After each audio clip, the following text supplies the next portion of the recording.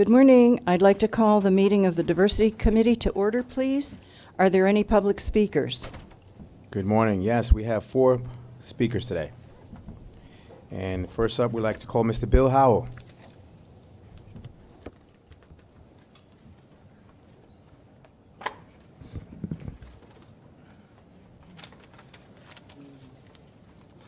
Good morning. My name is Bill Howell, President and CEO of Howell Industries. My company has been in business for 33 years. 12 years ago, I had the opportunity to serve on the MTA's Blue Ribbon panel. One of the conclusions of the panel was that the MTA did a terrible job of awarding contracts to New York State certified MBEs.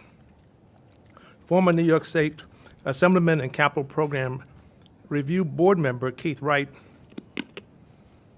recommended to then MTA Executive Lee Saunders that the MTA adopt the New York City School Construction Authority mentor program as a strategy of increasing contract awards to certified MWPs. Due to innovative vision and execution, the MTA's MWDBE program is now considered the best in class and the most effective program in the nation. During the past 10 years, the leadership of the MTA, Lee Saunders, Jay Walder, Joe Loda, Tom Prendergast, Vice Chairman, the Honorable Fernando Ferrer, and Diversity Chairperson, Dr. Susan Metzger, have supported this innovative MWBE program. Coupled with the support of former Governor and MTA Board member David Patterson and current Governor Andrew Cuomo, all New York State agencies and public authorities are looking to replicate the success of the MTA. With the Democrats now back in control of the New York State Senate, both New York State Assemblyman Speaker Carl Hastie and Majority Leader Andrea Stewart Cousins, who are well aware and big supporters of the MTA's 10 seconds. MWBE program. Historically, the MTA was viewed as a place where certified MBE was not treated fairly. I just want to thank the board and this diversity committee and Michael Garner for all that you do on behalf of MWEs in the state of New York. Thank you very much. Thank you. Next speaker is Mr. Andrew Simmons.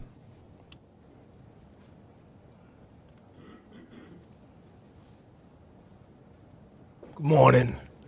Name is Andrew Simmons. I want to thank you, Michael Gardner, and your team and the board of MTA for all you do for MWDBEs, and your leadership and support is like no other.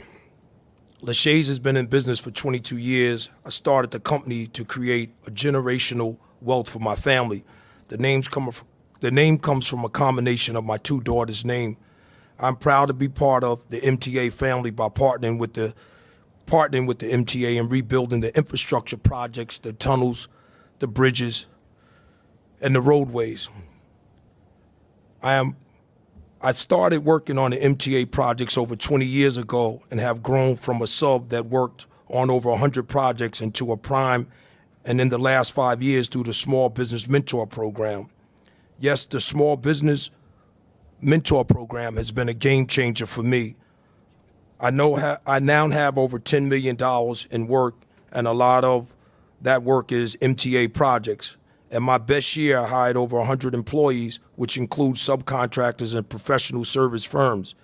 By being in the Small Mentor Program, which I was able to bond up to $7 million, which enabled me to grow and scale. It was the East Side assets that opened my eyes to big opportunities to better service my clients by opening A&S Rebar. A&S Rebar has been in business for over 4 years. I have sold over 2,000 tons of steel to different agencies. What set me apart from others is that I have a direct relationship with the mill that allows me to offer discounted prices for rebar and reinforcement steel. My company can fabricate, supply, and store material in our yard and has the capability to import and export steel. A&S Rebar also provides miscellaneous metals.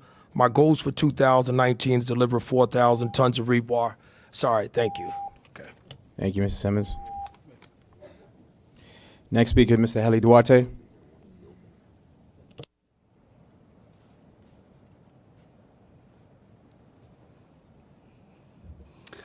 Hello, my name is Heli Duarte. I am the president and owner of Zion Contracting. And first of all, I want to thank Michael Garner and the board members for the support to the mentoring program. I started the program 7 years ago. Back then, my firm was actually two painters actually, and myself. You know, after I started the program, now we have grown to have 9 employees on the office and 30 employees in the field. Also, we have managed $30 million for the MTA, and the program has allowed us to get new jobs actually outside of the mentoring program. Right now, we have $16 million on projects. So I just want to thank you and encourage you to keep supporting the mentoring program because it's making a difference in our lives, in the families, in our families, in the community that we live. Is a game changer. Thank you. Thank you. Our last public speaker of the day is Mr. Murray Bowden.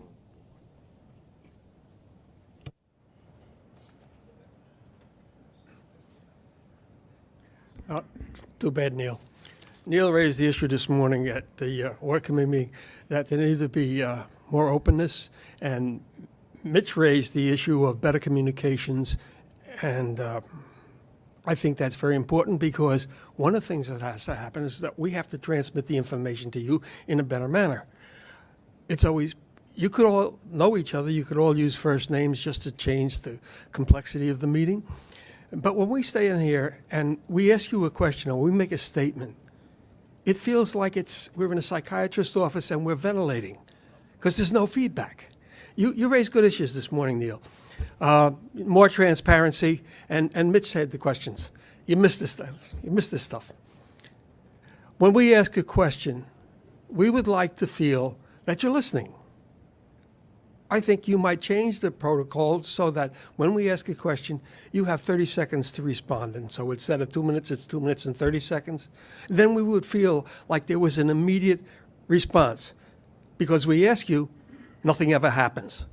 And that's a serious issue.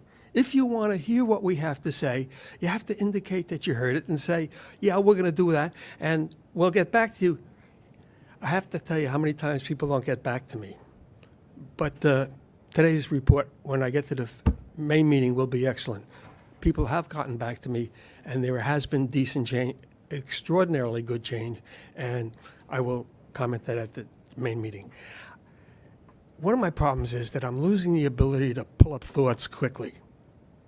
It hasn't happened to me up until the last few weeks, and it's very disturbing where I can't stand here and find the right words to tell you quickly. It's a problem that comes with age, and it caught up to me. I got to walk with a stick, and I can't think of the words right. Thank you. That's the list for today.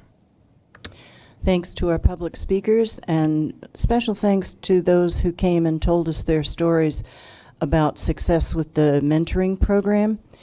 It took us a lot longer to get going than we thought it would, but the goal always was to give people an opportunity to be successful, not only with the MTA contracts, but in the world in general. So it's good to hear that that's what's really happening.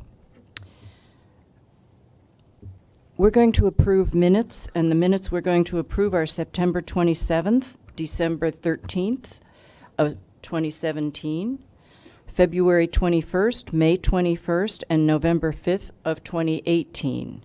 May I have a motion, please? Second.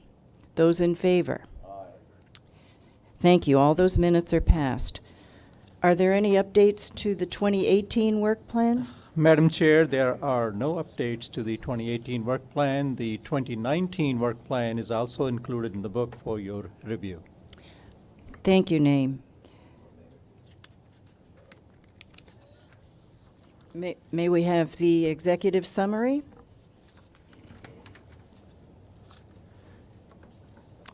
Yes, Madam Chair, the first item is the business and diversity initiatives.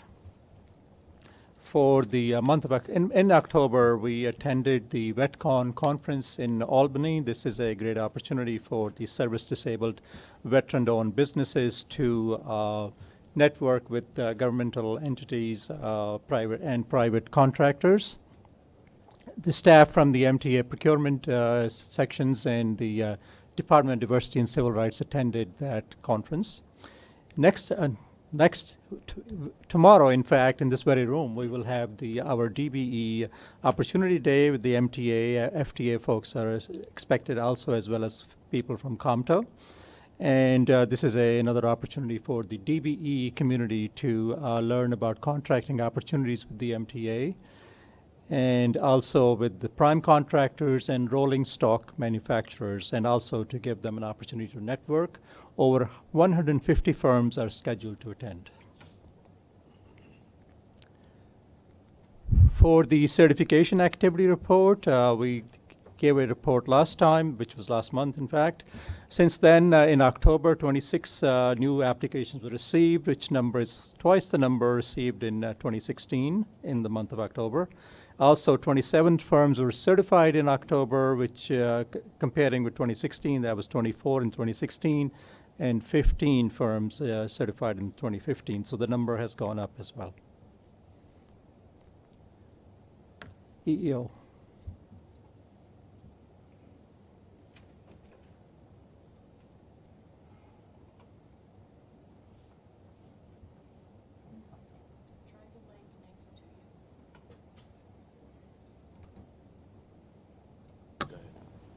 Good morning. Total MTA workforce increased by 2% compared to third quarter 2017.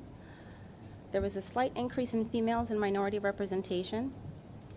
Females were hired at a higher percentage than their current workforce representation. Additionally, minorities were hired at a higher percentage than their current workforce representation. Higher percentage female and minority new hires is due to the agency's increased participation in job fairs and targeted outreach efforts.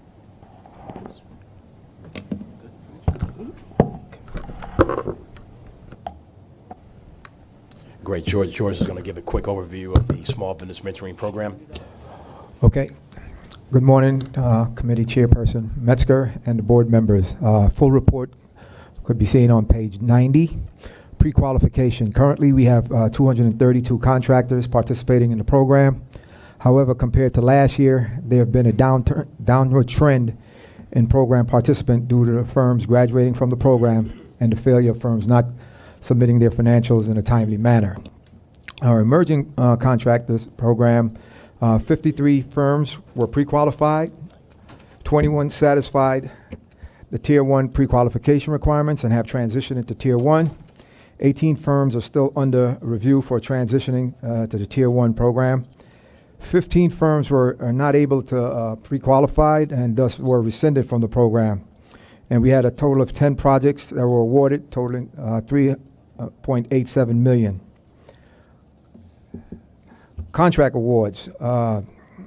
Since the inception, 345 projects totaling $328.3 million in prime contracts have been awarded. In program year 8, 68 projects totaling $70.2 million was awarded. This represented a 94% increase in the number of projects awarded and 102% increase in the total dollars over the previous year. Our loan and bond program, 112 loans have been approved, totaling $15.5 million. Our surety bond assistance program yielded $61.5 million single and $489 million aggregate surety bonding, respectively, to our contractors. What's new and exciting? In supporting our marketing strategy, we are providing comprehensive website review and capability statements for our contractors. We're also providing additional training through our summer executive leaders training workshop and progressive capacity building by creating bidding opportunities for program graduates. This is working with our MTA agencies to create bidding opportunities in the $3 to $15 million range so that program graduates can continue their growth of their business by bidding on work within the MTA. This concludes my executive summary of the Small Business Development Program.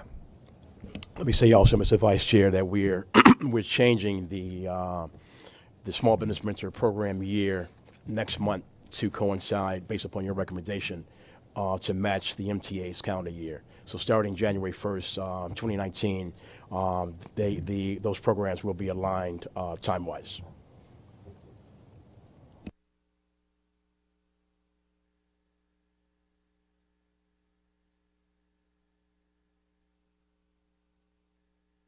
Have a question? I did. Are you done with the small business, or? Yes. Madam Chair? So I see, at least in your appendix, I see a lot of breakdowns by ethnicity, and then a grouping called non-minority. I'm a veteran. I'm particularly interested in veterans and opportunities for them. Can you just help me understand where I can see where the veterans are in our small business development program? We're in our quest to bring in more firms as such. There's been a challenge. There's only 500 and something firms statewide. A lot of those firms do not do business in this region.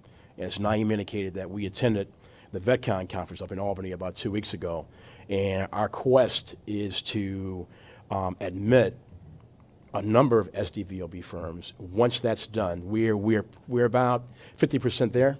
Once that's done, those firms will be put on bid lists, set aside bid lists, and they will compete against each other. But we are out bringing those firms in because we understand the importance of including the SDVOBs in our procurement process here. So we're looking, we're bringing firms in, and I would say give us about 3 or 4 months, and then we will have enough SDVOB firms in the Small Business Mentoring Program, and they will be put on bid lists. You got it. And they'll be reported out? Yes. Great. You know, I also want to point out that by aligning the calendars, it's easier for the operating agencies to identify projects that might be appropriate for small business. So I'm hoping that that also kind of speeds things up.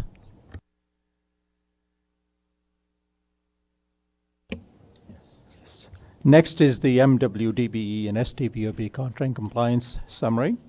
So the overall goal for our MWBE contract goals is 30%. And for the period April through September, there was 15% participation in contract awards and 26% MWB participation in payments made on ongoing contracts. For the SDVOB goal, we have a 6% goal for the current state fiscal year, and I'm happy to report that for the same period, April through September, 6.5% was achieved in awards, and 3% was achieved in payments made on ongoing contracts for the same period. Lastly, we have the 18% goal we had the 18% goal for the federal fiscal year 2018, which ended in September. We have the same goal for the current federal fiscal year, which is now federal fiscal year 2019. So 15% DB participation in contract awards and 16% participation in payments made on ongoing contracts. However, contracts which were closed during the federal fiscal year 2018, there was 24% participation of DBEs. Naeem, does that mean that there's a delay in paying the small business members? Because our goal is to speed that up, not... Yes, no, what it means is that during that time frame and period, those are the payments that were made to those MW and DB firms who are on contracts. And so essentially, when we do find out that subs are not being paid, as Ray has done as recently as this week, we've reached out to the project manager and the company to make sure that if the prime was paid, then those payments are going to be paid to those MW, DBE, and SDVOB subs. Okay.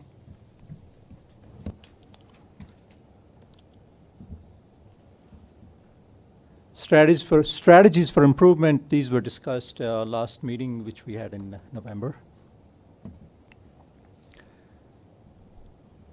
We have increased our monitoring activity, Madam Chair, and currently over 15 100 contracts are being monitored for goal compliance. We have also increased the visits that we make to project sites. This is to safeguard against fraud and to make sure that the firms which were projected are actually performing useful function, commercially useful function. And as of November, over 600 visits were conducted. And currently, our average is 56 site visits per month, which exceeds our goal, which we have set of 50 visits per month. And in order to timely and accurately assess contracts for compliance with the MWDB and SDVOB goals, we have continued to increase the number of contracts which are closed. We have closed, so currently that number is almost 1,400. Next, we have legal fees for the period April through September. The legal fees were about 15% for MWB participation. And just to give you the comparison for October, for the month of October alone, it's about 12%. To that for a second, and Mr. Vice Chairman, I'm monitoring this monthly. And so I wanted to get a snapshot of the legal fees that were paid in October, and we still have a ways to go. I'm optimistic that the agency presidents get it, the vice president and councils get it, and I'm optimistic that we will hit about 20% this year. Still 10 points off the governor's goal, but we are pushing, and I'm focusing on it, and I will be reporting to you again on this when we have our quarter data as of 12/31 of this month.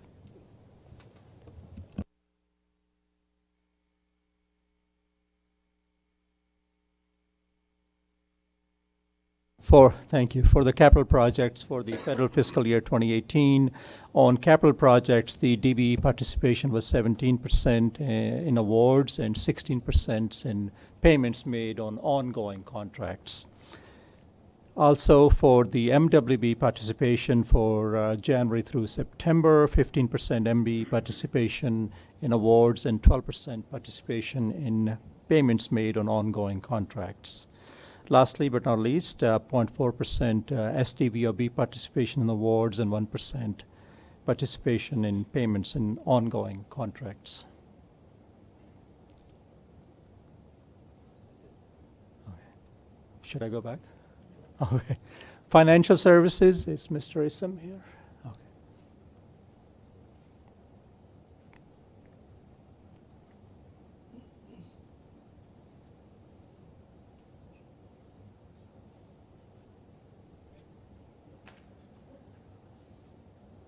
Good morning. Really quickly, there's no change from last time we reported. And any new results from after September or September through December were reported at the next committee meeting in February. But I would like to add one note, a residual effect that has happened with regards to this program that we actually are doing. The investment banking firms that are in the group, that if you look at the chart where it says that they're under the category all other underwriting fees, those firms that are in that category, the investment banks in that category, are now looking to diversify their teams in response to our plan and what we're doing. So we're now seeing that this program is not only having an effect within the MTA agencies, but it's also having an effect on the firms that do business with us. So we have a meeting scheduled with UBS, and they wanted to come in and talk about their ethnic minority partners who they have, right?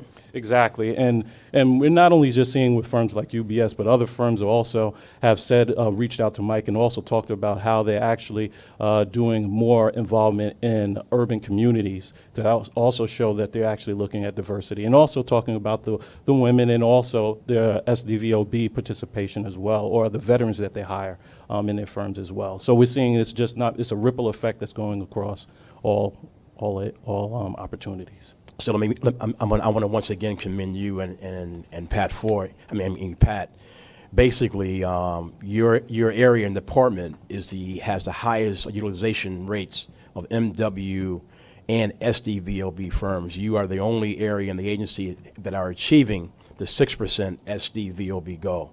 And so please continue the great work that you guys are doing. Yeah, that's all a credit to the CFO, Bob Foran, Pat McCoy, who's our Director of Finance as well, and the rest of our team. Thank you. Chuck, you have a question? Mike.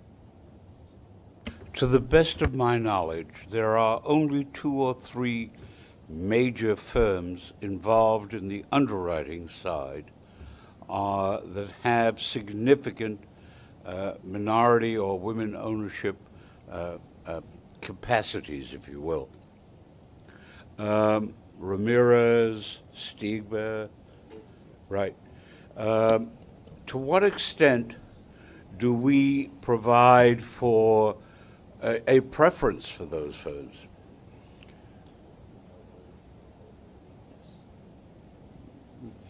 Understand, I serve on another agency which touches upon this issue. Well, I'm trying to understand what you mean by preference, but That we make damn sure that they get their fair share. okay. So what we actually do with our process is that when we have deals that are considered rotational assignments, and when we have our listing of all the firms in our syndicate, bond syndicate, we actually rotate firms through special categories. So when a firm is up to lead, and sometimes Ramirez and Seabird are actually up to lead, they become lead underwriters, so they have that opportunity. But Are they on the right-hand side or the left? they're actually the lead. They're actually the senior book running manager. We also have some opportunities that we will have for special co-managers that are just not senior book runners. So they're co-managers, and they actually have the opportunity to come in to actually receive compensation. And those firms are actually the ones that receive majority of the compensation, and it's not the senior book runners. It's the special co-senior managers that are actually classified as SDVOB, because that's one of the firms we have those co-managers. Then we also have some that are also co-managers for the MBEs and WBEs. So they also they rotate up into the special co-manager bracket, and that's where most of the fees are generated, not necessarily from the senior book running managers. Got it. Any additional questions? Last item is the asset fund managers report. And currently, the MWBEs are managing 1.2 billion, or 15% of total assets. Let me begin by saying, and once again, I want to commend my hardworking staff. You know, I was in the office on last Wednesday, and I was there at about 8 o'clock, and I walked around and I see staff still there, and I walk over and tell them to go home and get a life.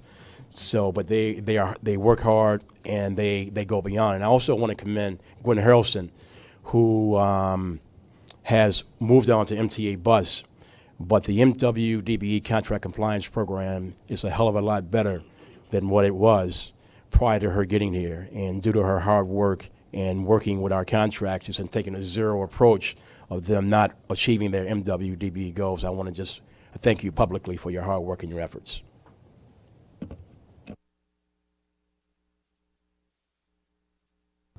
Is there anything else to be brought before the committee?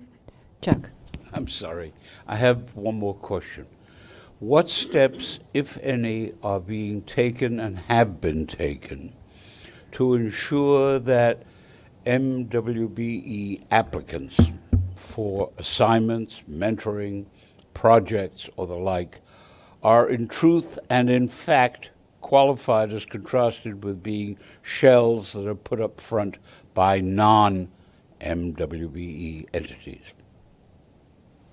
So there's a certification process that we have here, Chuck, and the focus of certification is to make sure that the applicant is in control and is a majority owner of that company based upon experience and based upon history.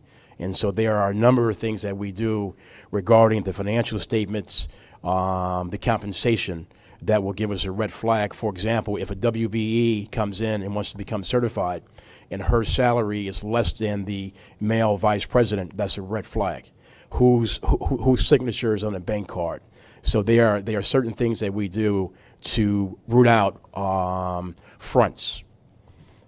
Concerned about is the entity that says it is an MWBE that is in truth and in fact owned by a non-MWBE, and which purportedly gives the securities to qualified applicants, and then has an agreement on the side, unrecorded, that says we really own it by way of being able to recall the security or the like. Do we have any investigative mechanism to spot check? Yes, and so basically we have a very, very robust DBE certification process, and Naeem can really speak to that briefly as far as what's entailed. I know that there's a site visit, there are one-on-one interviews. I just wanted to make clear that we certify DBEs and MWBEs are certified by the state of New York. The DBE certification involves our staff looking at the financial reports, tax returns, also conducting site visits to see to look into the ownership of the firms to make and look at the to determine if the individual is a socially, economically disadvantaged individual as specified in the federal regulations. Age of virtual reality, I just want to make sure you take steps to make sure that reality is reality, not virtual reality. Absolutely, and we also work very closely with the Inspector General's office. Okay. And any red flags that come up, we refer to the Inspector General for investigation. And in addition, Chuck, although ESD is responsible for the certification of MWBEs, when we send something, we will reach out to them and tell them that this applicant needs to be reviewed because we don't think that the owner is in control of the company. A hard one. Do you do any of that checking with subcontractors? The DBEs mostly work as subcontractors, although we have programs like the Small Business Development Program to get them to work as primes. I'm sorry, I misunderstood the question. Could you repeat the question? Do you do any of the checking when it comes to subcontractors of MWBE main contractors? We have staff from our contract compliance unit, which goes out to make sure that the DBEs or MWBEs are performing a commercially useful function. And that involves conducting site visits to make sure the firms which are projected are actually working on those contracts. Let me talk to you offline, if I may. Yes.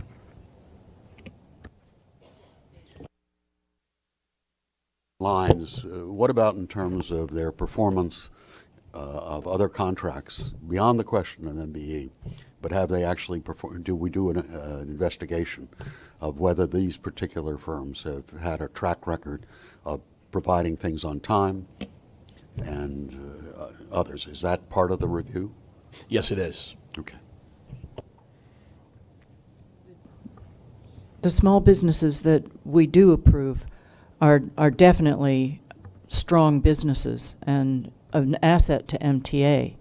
So it's mutually beneficial. One of the reasons that we felt the small business program was important was in order to get our own usage up because we weren't able to meet the goals that we were setting.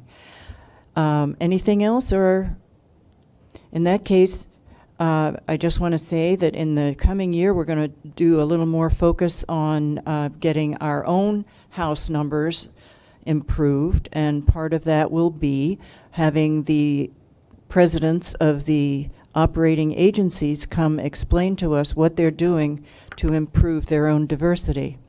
I know a lot's being done, and I'm happy to hear about what is successful so it can be spread across the entire operation. Yes, I think now I've triggered something in Norman.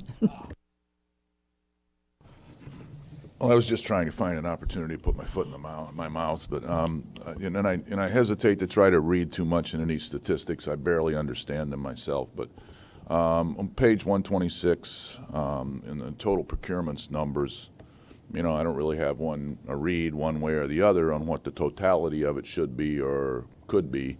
However, there's a huge chasm between, say, New York City Transit Authority and, say, MTA, Capital Construction, or Metro North is my bigger concern than the number immediately below that. So, whereas the total procurement is 42% in New York City Transit Authority, and in Metro North it's only 3%. And I just wanted to know what sort of accounts for this huge chasm. And I mean, you end up with a number like 22%, and you know, you look at it and say, well, what does that really mean when the differences between the groups are so enormous, where 3 out of the 7 categories, is it 7? 3 out of the 7 categories account for almost the entirety of the total procurements.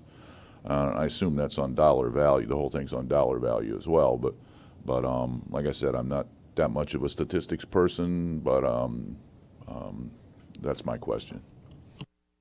So this page is solely based on the discretionary program that we've implemented. And so what that is, Norman, is that the agencies have the ability to issue small awards to MWBE firms. And so all of the other state agencies and authorities, they have a threshold up to 200,000.